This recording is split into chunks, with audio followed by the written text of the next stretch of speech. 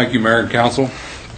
We want to talk just a minute about, if I can find out where I'm at here.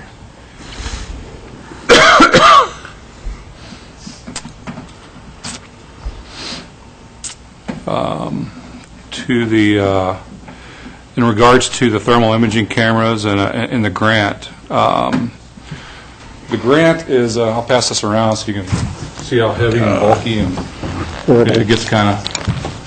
Batteries are probably dead, too. Sir, I made sure that they were charged. Thank you for your input. But the Assistant Firefighters Grant's been in place for many, many years.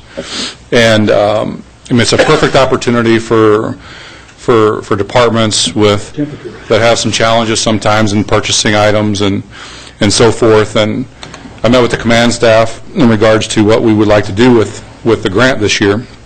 And it was a consensus basically on to try to replace these units, which are about 13 years old. So what I wanted to do is show you a little video. It's about 2 minutes, a little over 2 minutes. Chief, before you do that, yes, sir. Is this the current or the proposed? This is the current. Okay. This is the current, and then we'll go to the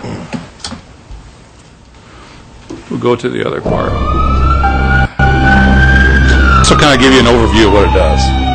Captain Russell Lee and his crews from Engine 39 and Rescue 39 pulled up to smoke coming out the windows of a duplex in Palm Springs and pulled out the hose and the saw.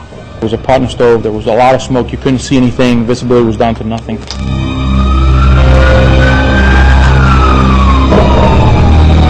Neighbors said no one was home, but they know you can never be too sure. You know, in your mind, they tell you that they saw the people leave, that there was nobody home. So in your mind, you're thinking there's nobody home, but you can't take anything for granted. The crews used the thermal imaging camera known as the TIC to find the fire in the kitchen and put it out. But then, during the search, they found something else, something unexpected. We saw her through the TIC, and there's no mistaking it. When you see human body in the TIC, there's no mistaking it. Captain Lee admits his heart was racing. Absolutely. I mean, it would race it whether it was an adult or not, but when it's kids, it's different. It's just different. So we have kids at home, so you can't help but keep them in the back of your mind, too. The 3-year-old girl was frightened and confused. She was crying, coughing from the smoke, had no problem. She seemed very anxious to get out of there. She was actually sitting at the back door, which was dead-bolted and locked, and she couldn't get out. When I reached down and picked her up, she came right to me. I was right behind him, so I grabbed the little girl from him and immediately proceeded to just pretty much run outside. Hey man, be advised, we got a victim! We got a victim coming out! All while firefighter Hammer found yet another child alone in the dark smoke. We start looking around. I go in the first bedroom, and that's where I found the other girl. They worked quickly. I picked her up. She grabbed onto me. Whoever it is, whether it's a little girl or anybody, I'm just trying to get them outside safely, quickly, so they can have the best chance of survival. The crew kept searching, expecting to find an adult somewhere, but sadly, We went through that house back and forth looking for the mother and couldn't find her. Okay, we're gonna put this on your finger. It's not gonna hurt at all, okay? they eventually learned the children had been left home alone. The mother later arrested, the children treated by rescue crews. The children's only chance for survival that night, the crew that found them before it was too late.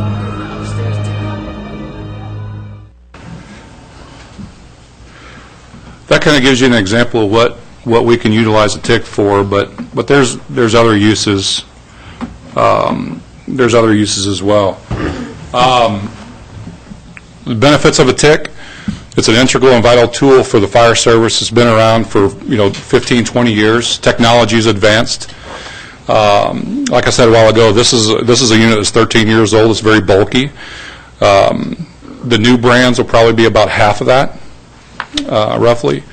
In regards to the technology part, there's multitudes of different vendors out there with some different possibilities. There's a wireless interface that interfaces with the TIC camera to a vehicle with a monitor on it. There's a recording. There's a snapshot of a picture. So the incident commander can actually see what's going on inside as well if we have the wireless capability. Right now, the vehicle charging capable, we don't have that capability. So with the new units, we're going to look at putting them on the engines and actually having them charged and ready rather than relying on someone to actually take them out and charge them. It's not something that is the best practice, but does it work for us now? Yes, it can be improved by having chargers and have them ready all the time. These units provide not only safety for our personnel, but for the citizens that we serve. Like you see in the video, that's one of the reasons why we take it in on initial attack on any fire is to be able to search. So if somebody doesn't know somebody's in there, you always assume that somebody's probably in there, especially with cars in the driveways and so forth. You can see when you pass it around, it does enhance the visibility and smoke conditions and so forth. The technology today, the screen is much more clear, much more defined color-wise and image-wise. It assists in searching the building, obviously, for occupants. So, like you see in the video, that's kind of what it's used for, along with some other things we'll get to in a second. The reason why we're looking for probably 4 or 5 right now, we have 2. One's carried on one of the battalion unit, and the other's carried in the fire marshal's truck right now. We want to look at deploying these on the engines, so they're available at a moment's notice as soon as they pull up. That's one of the tools that they take off with them, so they're more readily available. It also assists in searching for hidden fires. It's one of the biggest advantages that there is to this after we've done a search or after we've think we've extinguished the fires, to find the hidden fires so we don't have to go back 4 hours later to a larger incident. And plus it assists in navigating through a building. Some of these places around that have very challenging corridors and hallways and doors, so it kind of helps us do that. Provides for the location of a hose stream. The guys are trained not to go in and just spray smoke. You don't spray water on smoke. That's not what we're for. We're find the glow and put water. The adage is put the wet stuff on the red stuff. That's the adage. So this helps us find the seat of the fire, and then extinguish it promptly, and then move on to find any hidden fires. It increases the efficiency on the fire ground. We could do a search probably in half the time with one of the TIC cameras, just because we don't have to go strictly by feel. Otherwise, you're crawling around in the dark, the smoke, on your hands and knees, 50 pounds of equipment, and it takes a while to do that. So this helps that ability to see farther, see more clear, to see what's around us. Also, it helps, and this is one of the other big advantages, is minimize the water damage. Again, we don't go in and spray smoke. We go in and find the seat of the fire, and try to limit the amount of water we use to eliminate overuse of water if we don't have to. So, we're looking at, like I said, we're looking at a $70,000 grant through the AFG, which is a 10% match, which is $7,000, which I think we have in our budget. As far as the capital improvement.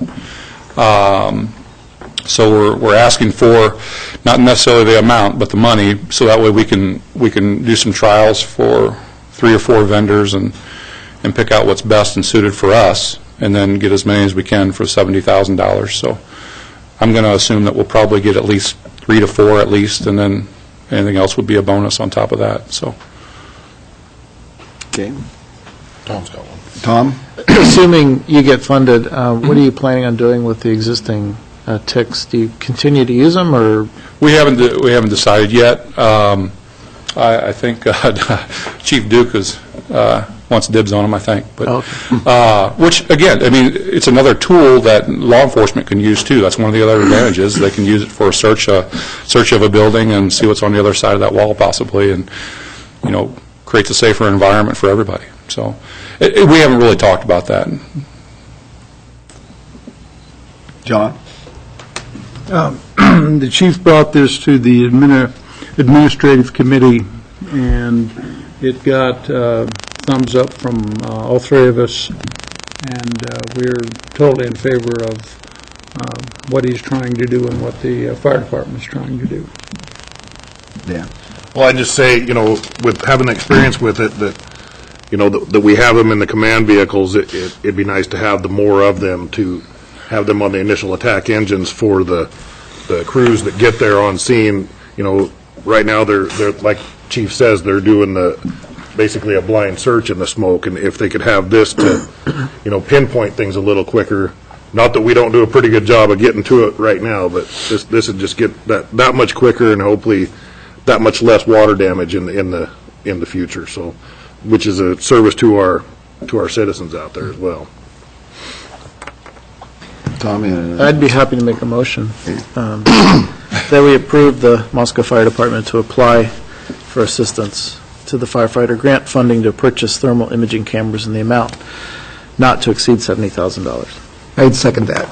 Thank you, John. Okay, we've got a motion by Tom and a second by Art to approve the Moscow Fire Department to apply for the Assistance to Firefighters Grant funding to purchase thermal imaging cameras in an amount not to exceed $70,000. I will take the roll from John. Aye. Aye. Aye. Aye. Aye. Okay, Chief, you're in good shape there. Thank you. We'll move right on to the next thing. Thank you very much.